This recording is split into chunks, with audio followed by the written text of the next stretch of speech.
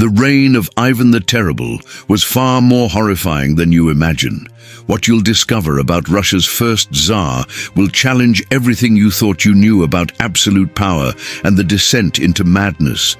The story you're about to hear isn't just about a ruler's final days, but about how unchecked authority can transform a human being into something monstrous beyond recognition. The year was 1584. And Moscow's cobblestone streets echoed with the hurried footsteps of terrified courtiers and the distant tolling of church bells. But in the depths of the Kremlin's stone corridors, a different sound filled the air. The labored breathing and delirious ravings of a man who had once commanded the largest empire on earth, now reduced to a rotting shell consumed by paranoia and pain. The popular imagination has sanitized Ivan's death into the simple end of a troubled ruler. But the reality was far more sinister and infinitely more disturbing. What transpired during those final winter months was not merely the death of a Tsar, but the complete psychological and physical disintegration of a man who had wielded absolute power for over half a century. This was a descent into madness so complete, so thoroughly documented by terrified witnesses, that it would haunt Russian collective memory for generations to come. Today, we strip away the myth and examine the unflinching reality of how absolute power corrupts absolutely, even destroying the very vessel that contains it. To understand the horror of Ivan's final days, we must first grasp what he had once been.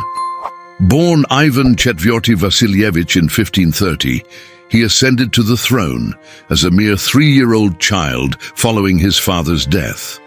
The boy who would become known as Grozny, or the Terrible, began life as perhaps the most powerful child in the world, inheriting a rapidly expanding realm that stretched from the Baltic to the Urals. Contemporary accounts describe young Ivan as remarkably intelligent and physically imposing, with piercing blue eyes and a commanding presence that seemed to radiate authority even in childhood. During his early reign, Ivan demonstrated the potential for greatness that had marked previous Muscovite rulers. He conquered Kazan and Astrakhan, expanded Russian territory dramatically, and established the first Russian parliament, the Zemsky Sobor. Court records from the 1550s describe a tall, athletic ruler with flowing auburn hair and a beard that commanded respect throughout Europe.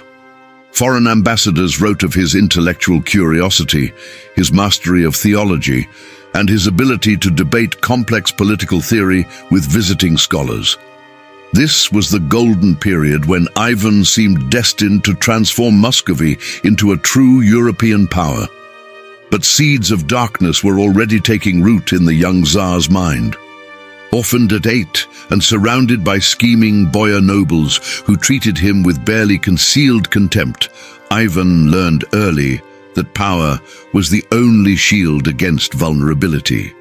The traumatic childhood experiences, watching his mother die under suspicious circumstances and witnessing the brutal power struggles among the nobility, began shaping a worldview where trust was weakness and mercy was foolishness. His marriage to Anastasia Romanovna in 1547 provided brief stability, but even this relationship would eventually become a source of paranoia that would consume him entirely. The transformation from promise to monster began gradually in the 1560s, accelerated by personal tragedies that shattered Ivan's already fragile psyche. When Anastasia died in 1560 under mysterious circumstances, Ivan became convinced she had been poisoned by boyar conspirators.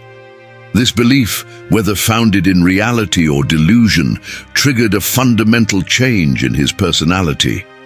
Court observers noted that the Tsar's legendary temper, once merely explosive, became genuinely dangerous.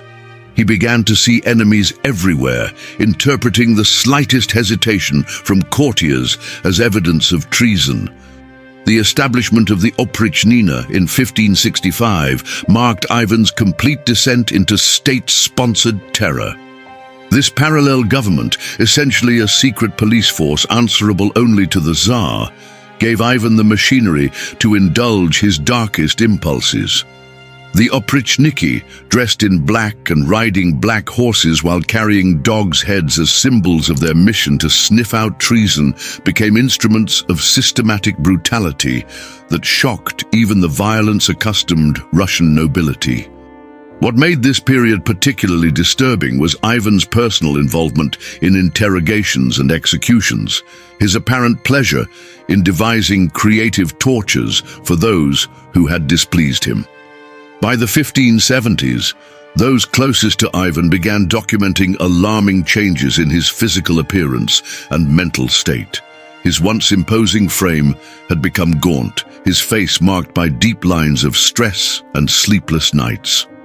Court physicians noted that he suffered from severe arthritis, likely the result of his violent lifestyle, and numerous injuries sustained during fits of rage.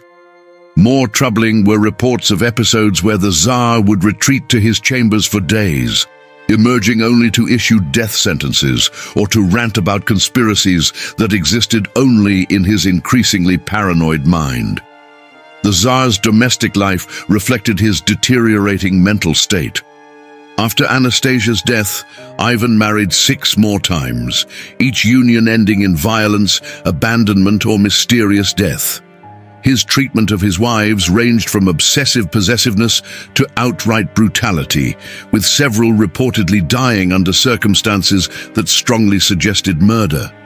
Foreign diplomats began including coded warnings in their dispatches home, describing a court where the slightest misstep could result in death, and where the Tsar's moods shifted from benevolent to homicidal without warning. The most horrific example of Ivan's madness came in November 1581, when in a fit of rage, he struck his eldest son and heir with an iron-pointed staff.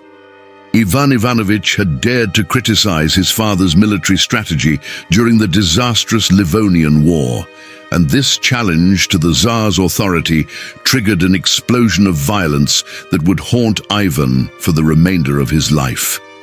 Court records describe how the younger Ivan collapsed immediately, blood streaming from a head wound that would prove fatal within days. Contemporary accounts of this patricide reveal the full extent of Ivan's psychological breakdown. Witnesses reported that after striking his son, the Tsar alternated between wild grief and desperate attempts to heal the wound through prayer and the application of holy relics. For days, Ivan knelt beside his dying heir, weeping and begging forgiveness while simultaneously raging against God for allowing such tragedy to befall him. When Ivan Ivanovich finally died, his father's screams of anguish reportedly echoed throughout the Kremlin complex, a sound so disturbing that many courtiers fled the capital entirely. The death of his heir marked the beginning of Ivan's final descent into madness and physical decay. Already suffering from severe arthritis and what modern medicine would likely diagnose as bipolar disorder, the Tsar now added the crushing weight of guilt to his psychological burdens. Court physicians documented a rapid deterioration in his health, noting that he had developed a tremor in his hands, periods of confused speech, and episodes where he would attack servants with whatever weapon came to hand. As 1584 dawned, Ivan's condition had become critical. British Ambassador Giles Fletcher, one of the few foreigners still permitted access to the increasingly isolated Tsar, wrote detailed descriptions of a man barely recognizable as human. Ivan's once commanding height had become stooped, his hair had fallen out in patches, and his skin had taken on a sickly yellow hue.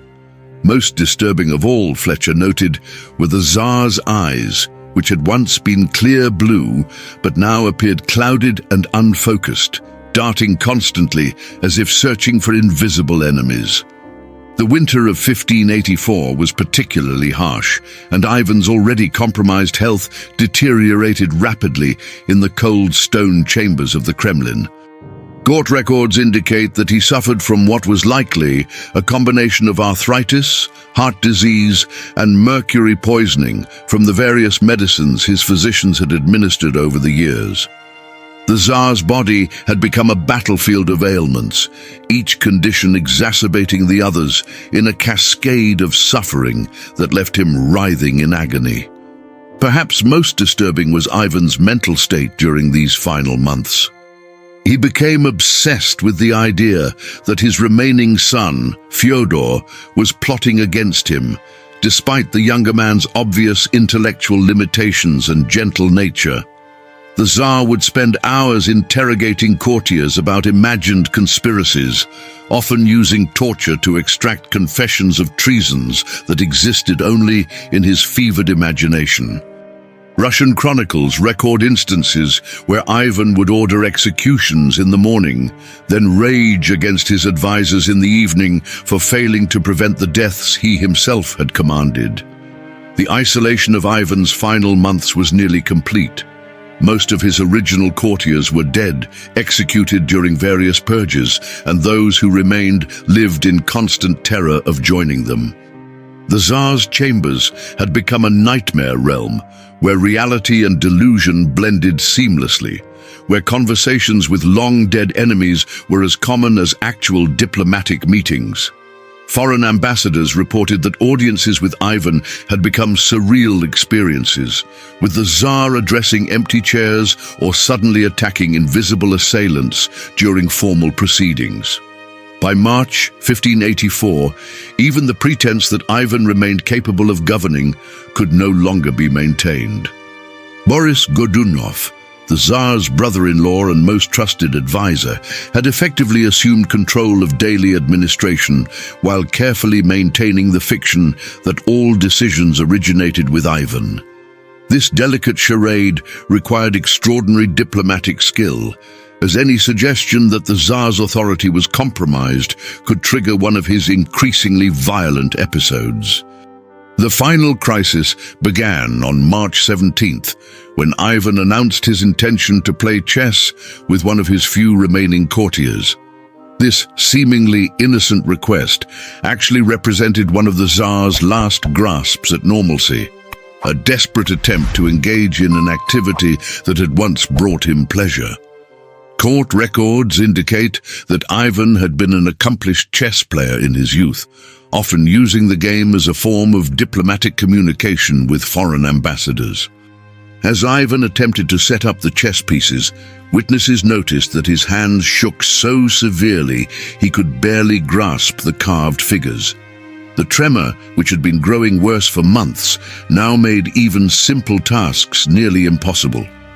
When a courtier offered to help arrange the board, Ivan flew into what would be his final rage, screaming accusations of conspiracy and attempting to strike the man with a chess piece. The physical exertion of this outburst proved too much for his weakened heart. Contemporary accounts describe Ivan's collapse as both sudden and agonizing. He fell backward from his chair, his body convulsing as what modern medicine would recognize as a massive heart attack seized his chest. Court physicians rushed to his aid, but their primitive understanding of cardiac events left them helpless to provide meaningful treatment. They could only watch as the man who had terrorized an empire for half a century struggled for each breath. The death throes lasted for several hours, during which Ivan drifted in and out of consciousness. In his lucid moments, witnesses reported, he alternated between begging forgiveness for his crimes and issuing final threats against imagined enemies. Most disturbing of all was his apparent conviction that his victims were gathering around his deathbed, invisible to others but clearly visible to the dying Tsar. He spoke to them by name, sometimes pleading for mercy, sometimes defying them with the same arrogance that had characterized his reign. Father Leonti, Ivan's confessor, attempted to administer last rites, but the process was interrupted repeatedly by the Tsar's ravings. Russian Orthodox tradition required the dying to confess their sins and seek forgiveness, but Ivan's confession lasted for hours as he detailed atrocity after atrocity with disturbing clarity. The priest later wrote that hearing Ivan's final confession was like glimpsing into the depths of hell itself, a catalogue of cruelty so extensive that even experienced church officials were shaken. As evening approached on March 18th, Ivan's breathing became increasingly labored.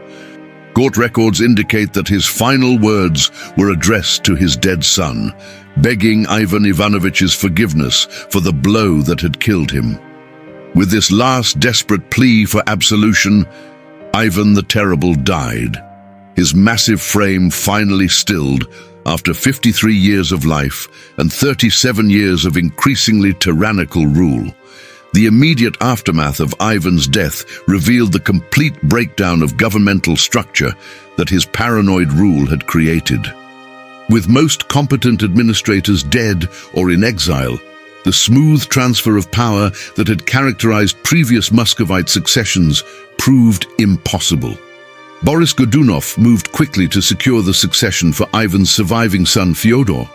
But the new Tsar's obvious mental limitations meant that real power would remain in Godunov's hands.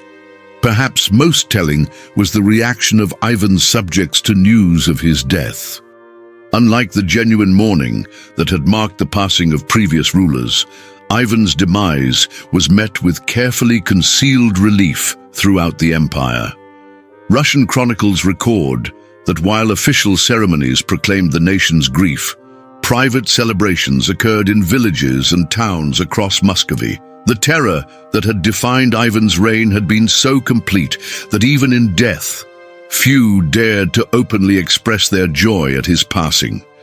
The disposal of Ivan's remains reflected the complex legacy he had created. His body was interred in the Archangel Cathedral within the Kremlin, the traditional burial place of Muscovite rulers. But the ceremony lacked the elaborate rituals that had marked previous royal funerals.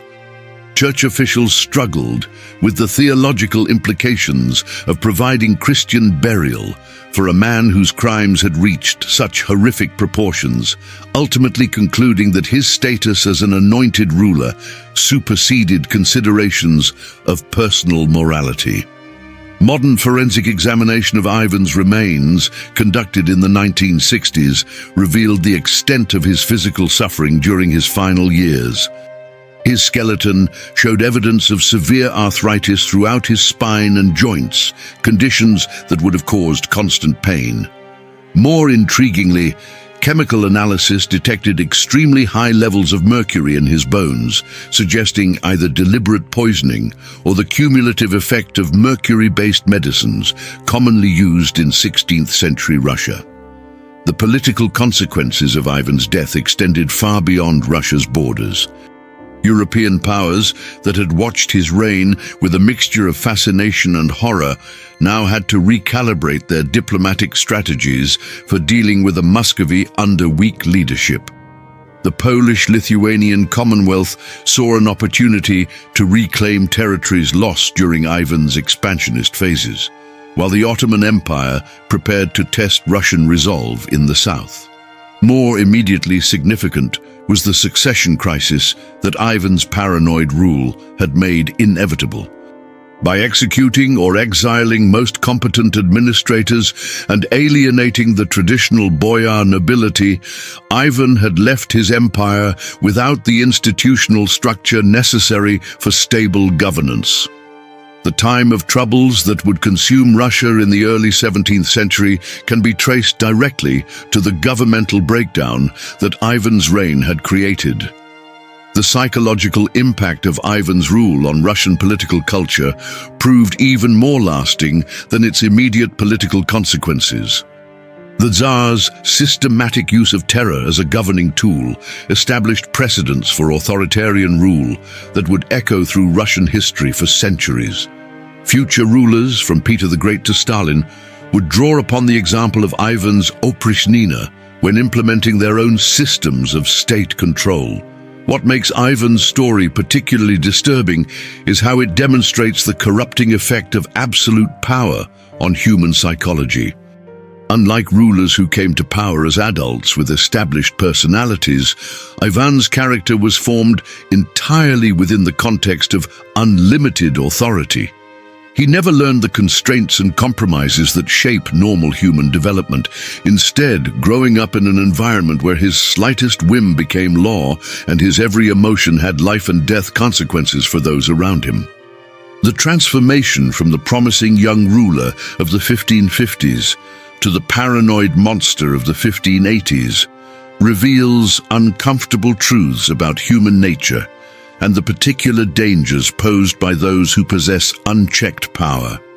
Ivan's intelligence, initially an asset that helped him expand Russian territory and influence, became a weapon turned against his own people when combined with unlimited authority and deep psychological trauma. Contemporary accounts suggest that Ivan retained enough self-awareness to recognize his own moral degradation, which may have intensified his suffering during his final years. Father Leonti's records indicate that the Tsar was tormented by nightmares featuring his victims, suggesting that some part of his conscience remained functional even as his behavior became increasingly monstrous. This internal conflict between awareness and compulsion may have contributed to the physical breakdown that ultimately killed him. The medical mysteries surrounding Ivan's death continue to fascinate historians and forensic specialists. While the official cause was recorded as natural death from heart failure, the high levels of mercury found in his remains raise questions about whether his condition was deliberately induced. Mercury was a common poison in Renaissance Europe, often used because its effects could be mistaken for natural illness. The fact that Ivan had made numerous enemies, including within his own court, makes the possibility of assassination worthy of serious consideration. Perhaps most chilling is the question of what might have happened if Ivan had lived longer. His final plans, as recorded by surviving courtiers, included extensive purges of the remaining nobility and the expansion of the Oprichnina system to encompass all of Muscovy. The dying Tsar had also expressed interest in forming an alliance with England's Elizabeth I, potentially creating a Protestant Orthodox coalition that could have reshaped European politics. His death may have spared not only Russia, but much of Europe from even greater suffering. The legacy of Ivan the Terrible serves as a perpetual warning about the dangers of unchecked authority and the particular vulnerability of traumatized individuals to the corrupting influence of power. His transformation from a promising young ruler to a paranoid tyrant illustrates how absolute authority can amplify personal psychological damage into national catastrophe. The courtiers who witnessed his final agonies recognized that they were seeing not just the death of a ruler, but the inevitable consequence of a system that placed no limits on human authority. The most disturbing aspect of Ivan's story may be how it demonstrates that evil often emerges not from inherent wickedness, but from the interaction of personal trauma with unlimited power. The frightened child who had watched his mother die and his nobles scheme became the paranoid ruler who saw enemies everywhere because his environment had taught him that trust was fatal.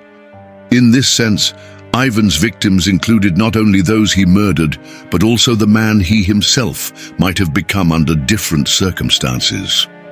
As we reflect on the terrible final days of Ivan the Terrible, we confront uncomfortable questions about power, responsibility, and the thin line between order and chaos.